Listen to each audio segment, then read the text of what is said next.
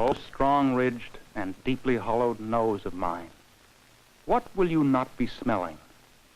What tactless asses we are, you and I, bony nose. Always indiscriminate, always unashamed. And now it is the souring flowers of the bedraggled poplars, festering pulp on the wet earth beneath them. With what deep thirst we quicken our desires to that rank odor of a passing springtime. Can you not be decent? Can you not reserve your ardors for something less unlovely? What girl will care for us, do you think, if we continue in these ways? Must you taste everything? Must you know everything? Must you have a part in everything?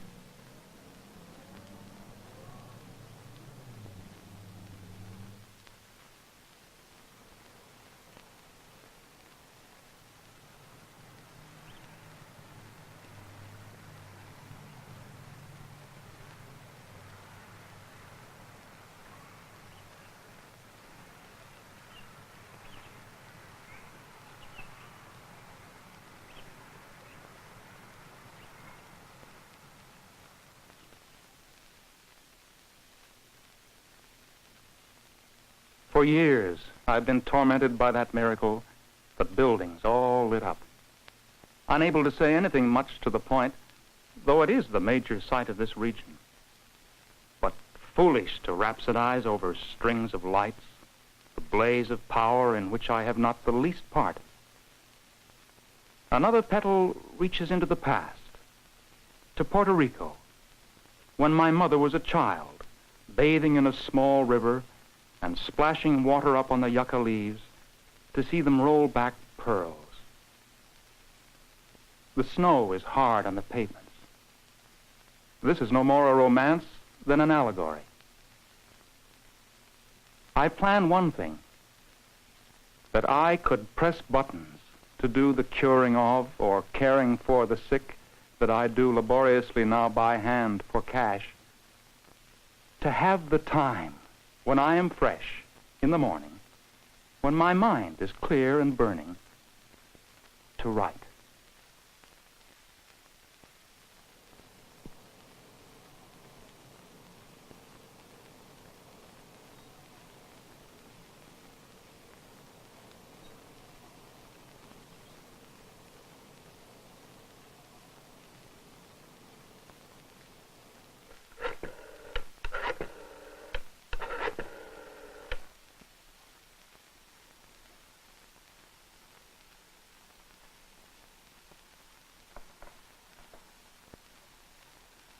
Hi, sweetie. How are you? Okay? Oh, I'm all right. I'm back at the office. The kid had a little convulsion. Everything's under control now. No, I don't think so. I'm back at the office. I got to get some sterile stuff, and my batteries are running low. I'm changing equipment a little bit. Oh, while I'm here, I'll just grab a cup of coffee with Mom, then I'll go on. Okay. I'm sorry. I'll try to make it. Yeah. Okay. I'll see you when I can. All righty. Bye-bye.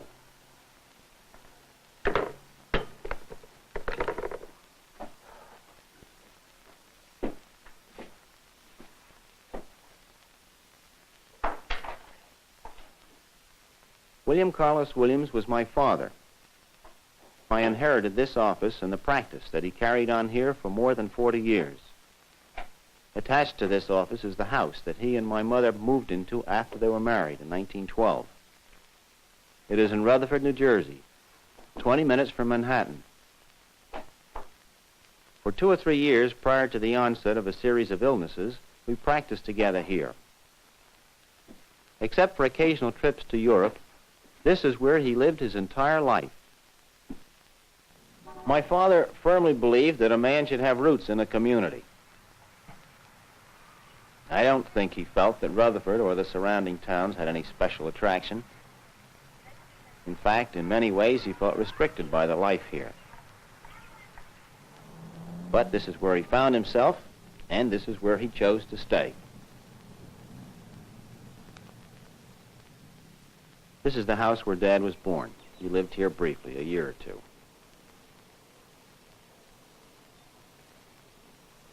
This is where he spent his early years until he moved away to attend the University of Pennsylvania.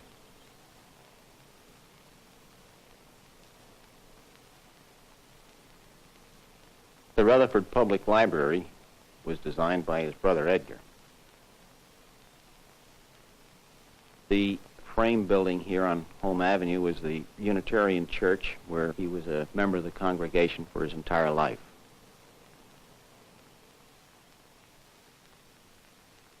When I am alone, I am happy. The air is cool, the sky is flecked and splashed and wound with color. The crimson falloy of the sassafras leaves hang crowded before me in shoals on the heavy branches. When I reach my doorstep, I am greeted by the happy shrieks of my children, and my heart sinks. I am crushed. Are not my children as dear to me as falling leaves? Or must one become stupid to grow older? It seems much as if sorrow had tripped up my heels. Let us see, let us see. What did I plan to say to her when it should happen to me as it has happened now?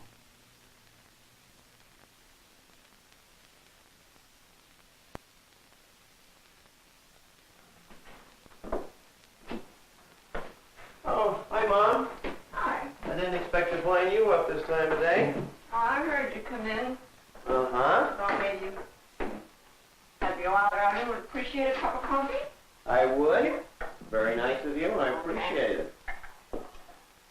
What happened? A kid over in Myrtle Street had a febrile convulsion. Oh, dear. The usual story. Yeah. Everything's all right now. The emergency squad was there and had things well in hand by the time I got there. I know how it is. Dad used to get these calls early in the morning. Yeah. Delicious. Here comes Johnny for his bit. Stormy. Come up here. Put your foot in. Good morning. How are you? Did you have a good sleep? Did you wake Nana this morning? He did. Yeah? Shame on Jumps you. up on my bed and just stretches out across my chest. Shame on you. My That's great. his routine. Such a He says, baby. come on, get up. So? Everything's all right. Yep. I Very good. remember this time of the year there always were a lot of emergencies for laryngitis. Yeah. Yeah. We have lived by the seasons. It is in winter that illness occurs here mostly. It is then that a physician's services are in greatest demand. Time after time, I would start out on my morning calls after only a few hours' sleep and sit in front of some house waiting to get the courage to climb the steps and push the front doorbell. But once I saw the patient, all that would disappear. The hunt was on. That is why, as a writer, I have never felt that medicine interfered with me, but rather that it was my very food and drink, the very thing that made it possible for me to write. Was I not interested in man? There the thing was, right in front of me. I could touch it, smell it. You're a good boy. I'll get you some medication. Now, do you have cough stuff for him? No, we better order some more. I don't have too much left. All right. And what does he weigh now? 40? About 1, 2, 3? 43 the most. He's lost a little. All right. Okay, Muscles. Isn't I'll that call the exciting, store. John? Your phone's over here? Right over here. Okay. Right. All righty. Oh, this No, is you'll be mine. taking my bag. You look quite All right. silly walking out with it. Goodbye, Say Joe. goodbye to Dad.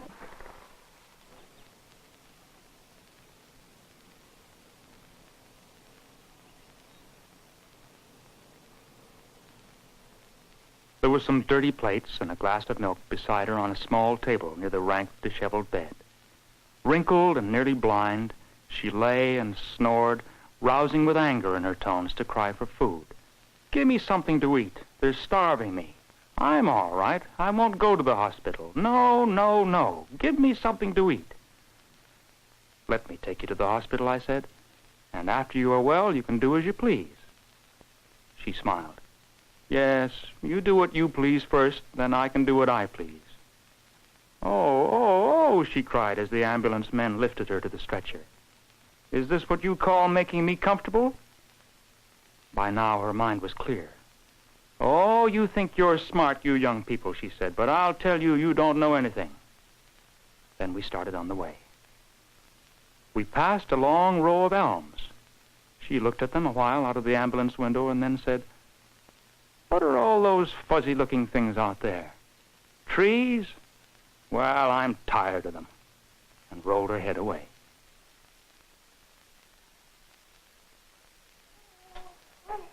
Was the baby weighed this morning? 2 pounds and 3 ounces. Great. It was born Friday? Saturday. Saturday? Saturday morning. Oh, yeah, just before I left the hospital. Okay. There hasn't been any regurgitating, huh? This is our friend.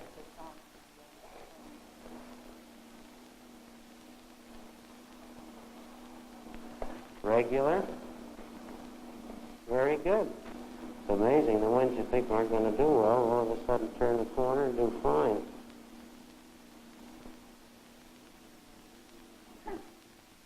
The little sparrows hop ingenuously about the pavement, quarreling with sharp voices over those things that interest them. But we who are wiser shut ourselves in on either hand, and no one knows whether we think good or evil.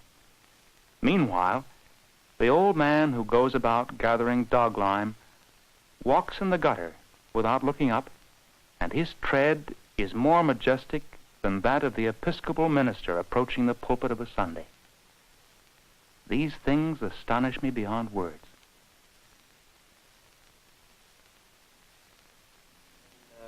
I can meet you at the office at probably exactly at 1, and we'll have a look and see. Meanwhile, just watch it. Please. Right, Miss Burris. Bye-bye. Okay. Ta-ta. Now, we're going to... Where are you, Miss Smith? Oh, here we are. Hi. Hi. Good morning. We're a couple ounces down from yesterday, but all right. Okay? If there's any problem, let me know. Okay? And I want the baby in the office about 10 days to 2 weeks. Up to you now. Okay, thank you very much. Bye-bye. Thank you, Miss Smith. So long.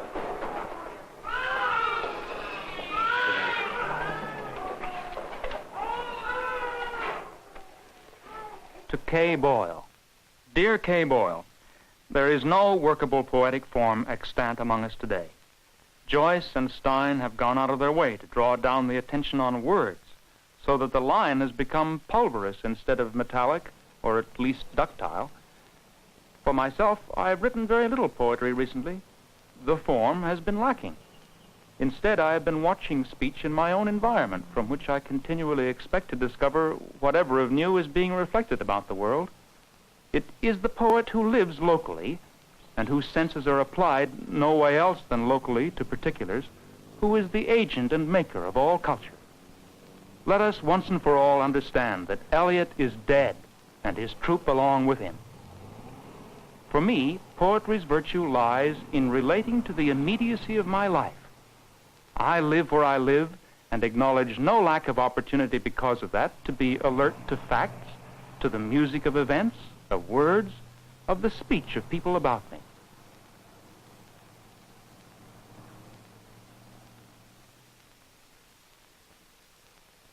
Patterson lies in the valley under the Passaic Falls, its spent waters forming the outline of his back.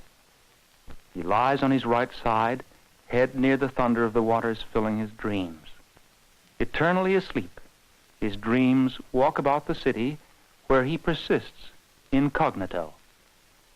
Butterflies settle on his stone ear. Immortal, he neither moves nor rouses, and is seldom seen, though he breathes, and the subtleties of his machinations drawing the substance from the noise of the pouring river, animate 1,000 automatons, who, because they neither know their sources nor the sills of their disappointments, walk outside their bodies aimlessly, for the most part, locked and forgot in their desire, unroused. Say it. No ideas but in things.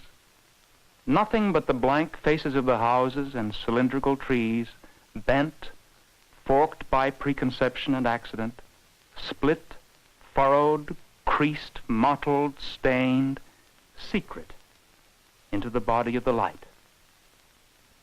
From above, higher than the spires, higher even than the office towers, from oozy fields abandoned to gray beds of dead grass, black sumac, withered weed stalks, mud and thickets cluttered with dead leaves, the river comes pouring in above the city and crashes from the edge of the gorge in a recoil of spray and rainbow mists. What common language to unravel, combed into straight lines from that rafter of a rock's lip. A man like a city and a woman like a flower who are in love. 2 women, 3 women, innumerable women, each like a flower. Only one man like a city.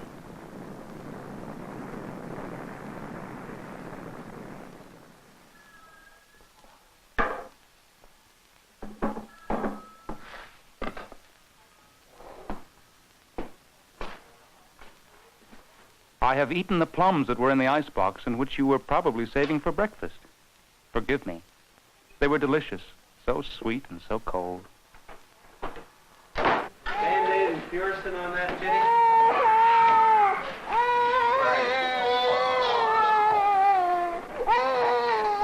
Purison and Band-Aid. When do you want me? 2. When he's finished 7 days in vacation, let us look at it. All right? Bye-bye. Goodbye.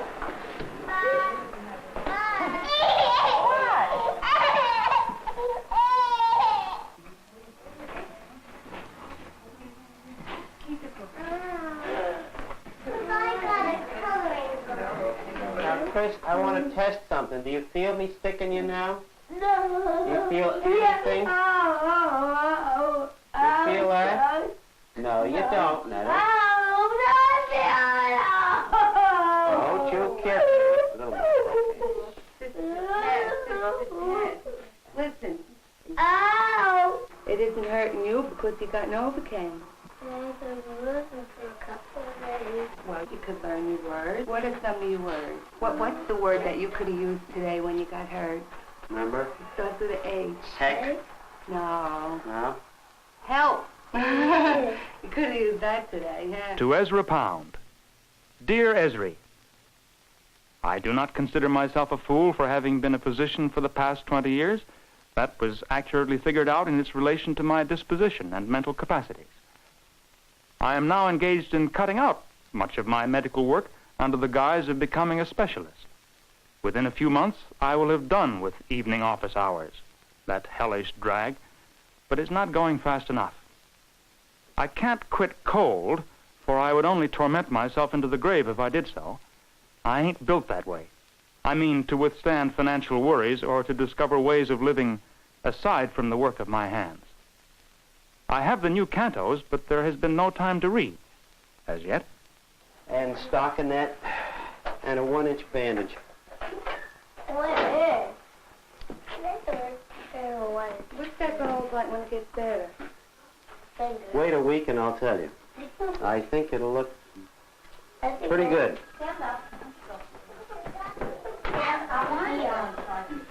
Leon, stand up. Can he play? Hell yes. I mean, he can go out and get dirty and see. He's lefty. Yeah. You're going to be careful, though. Just don't put that in dirty water, okay? He can pick up dirty things and stuff? No. You're not going to, are you? You're going to be careful to keep your bandage clean. All right? He said don't let him play with Ralph. All right. Goodbye. I go. Well, God is love, so love me. God is love, so love me. God is love, so love me well. Love, the sun comes up in the morning, and in the evening, zippy-zappy it goes. We watched a red rooster with two hens back of the museum at St. Croix flap his wings, zippy-zappy, and crow.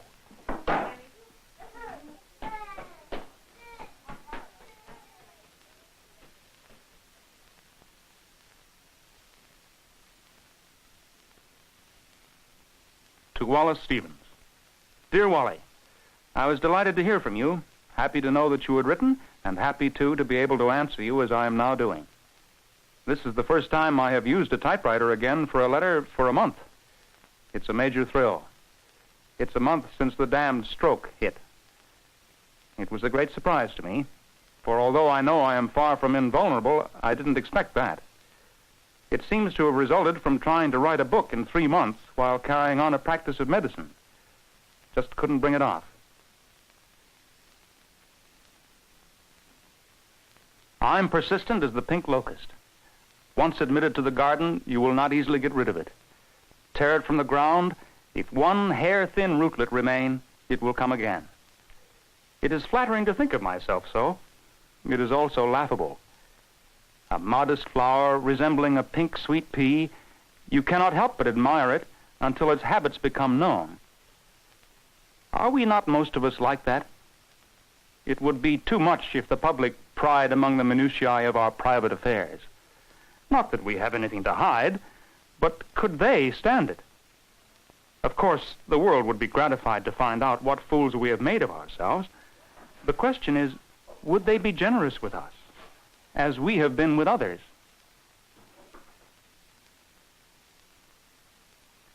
It is, as I say, a flower incredibly resilient under attack. Neglect it, and it will grow into a tree.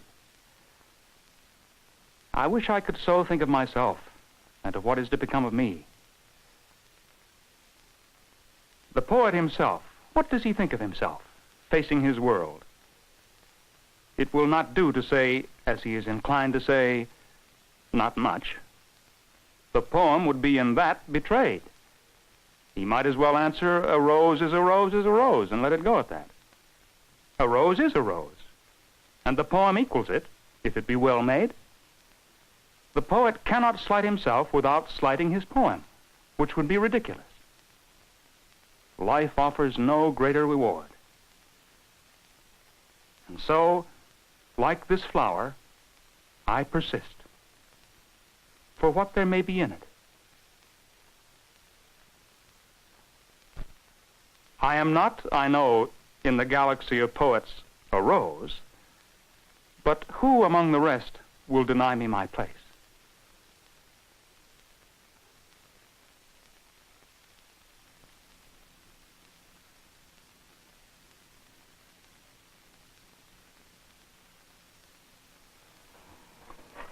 Hi, sweetie. How do you do? Hi, Daddy. All day. How are Muckles? How are you? What you been doing? I began in my early 20s to realize that I was dissatisfied with my lot and with my relatives, neighbors, and friends who seemed not to understand me when I spoke to them. I loved them and could not understand what it was that was keeping us apart. I was often depressed, for I was early convinced that I had in the compass of my head a great discovery that if I could only get it out, would not only settle my own internal conflicts, but be of transcendent use to the men and women around me. That it concerned something as evanescent as language, I did not for a moment guess. Smells good. I could use a drink. Me too. To Robert Lowell. Dear Cal, I hope you are having a profitable experience in Europe. It is another odyssey from which, not like some earlier American writers, I hope to see you return to America much enriched in your mind and ready to join your fellows here in pushing forward the craft. I think you are keeping your original frame of reference and not junking it. The trend has always been toward denial of origins. Assertion of origins is the more fertile basis for thought and technique. I'm glad you recognize my affection for Pound. He was an orchid in my forest. He had no interest really for my trees, no more than did Eliot. They both belonged to an alien world, a world perhaps more elevated than mine, more removed from my rigors. I have always felt as if I were sweating it out somewhere low among the reptiles, hidden in the underbrush, hearing the monkeys overhead. Pound helped at the beginning, and has, it must be said, not weakened. Both Pound and Eliot have been faithful artists. Both have refused to weaken. They are both top men in the craft. But I must go beyond that. 26. How many blocks do we have? Supper. Come on, Dad. Knock it down. Come on. Knock it down. Eee. Okay, gang. Soupy. Soup's on. I know. All right. No, you're Sorry. sorry, aren't you? Yes. We'll make another one later. Okay?